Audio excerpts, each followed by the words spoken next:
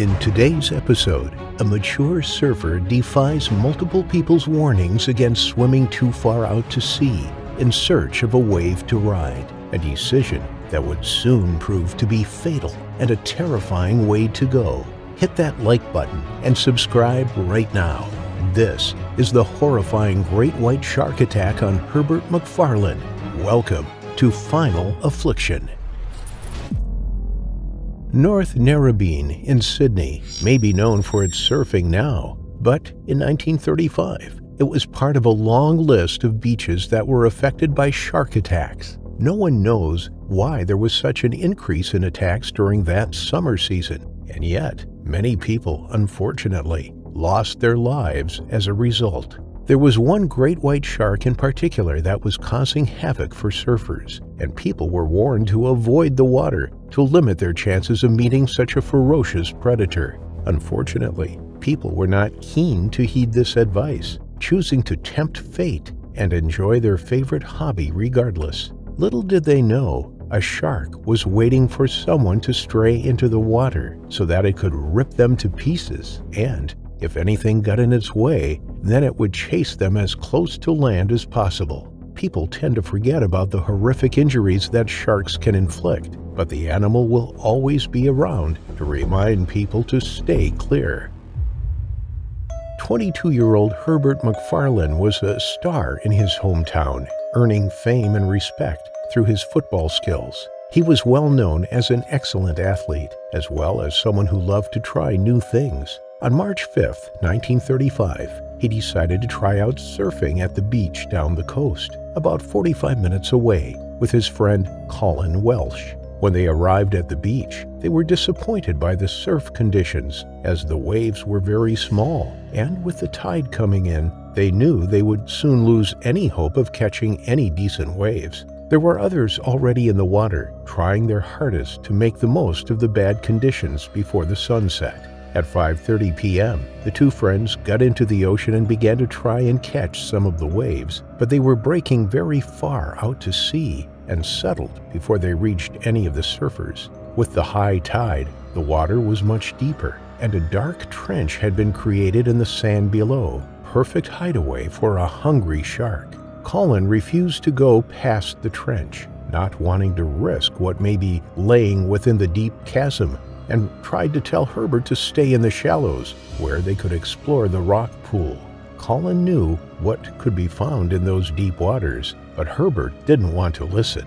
The football player was determined to get some big waves and could see them further out to sea, so decided to swim out by himself. This decision would soon change the course of his life forever. He knew the water was getting deeper by how cold it had suddenly gotten. But even so, he had the waves in his sight, and he wouldn't be giving up now. The darkness was intimidating, but it would be worth it when he finally got to ride the big waves in the distance. Another surfer called William Hartle joined him for some time, where they assessed the waves about 30 yards further out. But even William thought it was too dangerous and refused to go. Against the advice of his new friend, Herbert decided to paddle out further into the dark sea towards the waves. He paddled towards the southern end of the beach in a last-ditch attempt to find a decent wave before he headed home. He continued for about 100 yards until he was alone in the water. No other surfers had bothered to swim this far, so Herbert thought he would be able to have exclusive access to all the big waves. Little did he know that he was now a sitting duck, the only prey in the water in the eyes of the predator lurking nearby.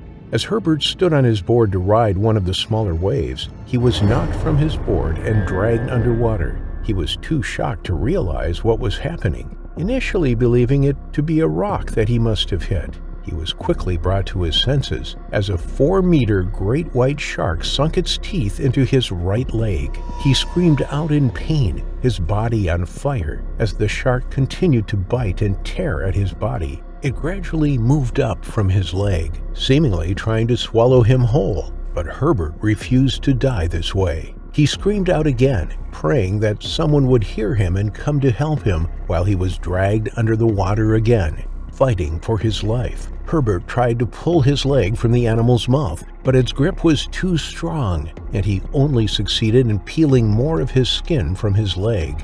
He resurfaced, shouting for help.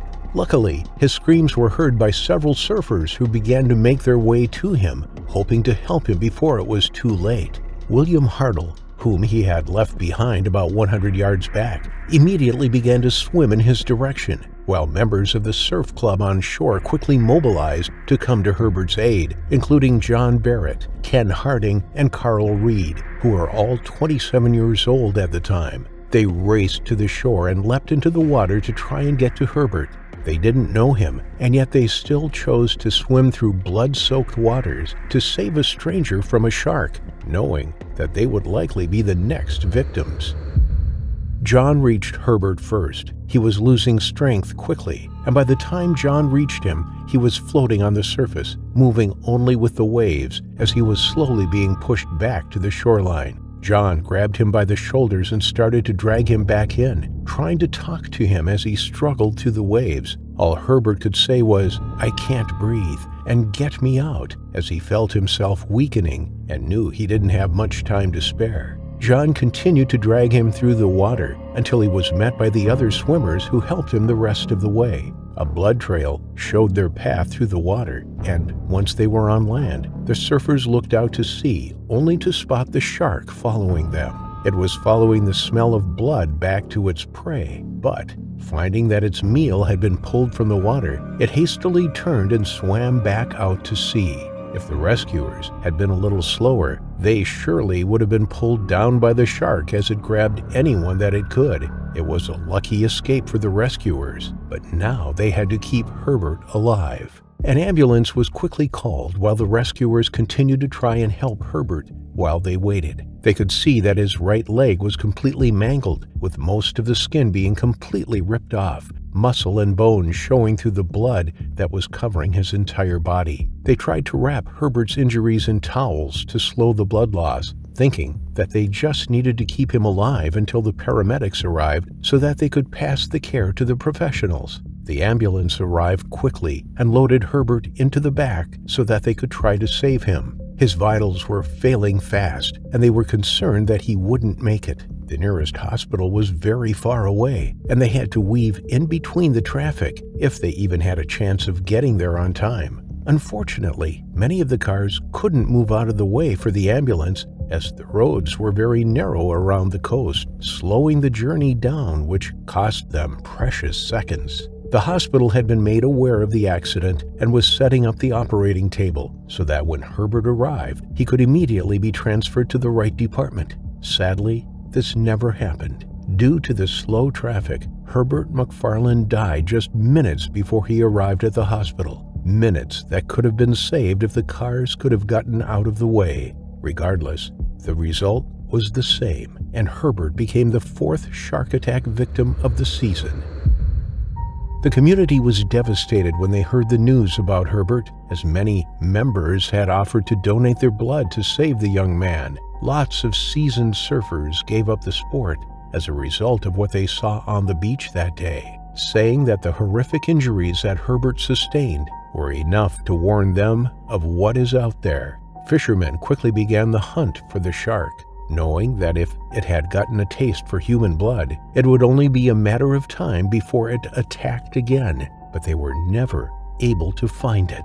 Shark sightings were reported sporadically over the next few weeks, but the shark that killed Herbert McFarlane was never found, leaving surfers for years to come with the fear of the man-eating great white shark returning with its sight on them as its next meal, bringing them too to their terrifying final affliction.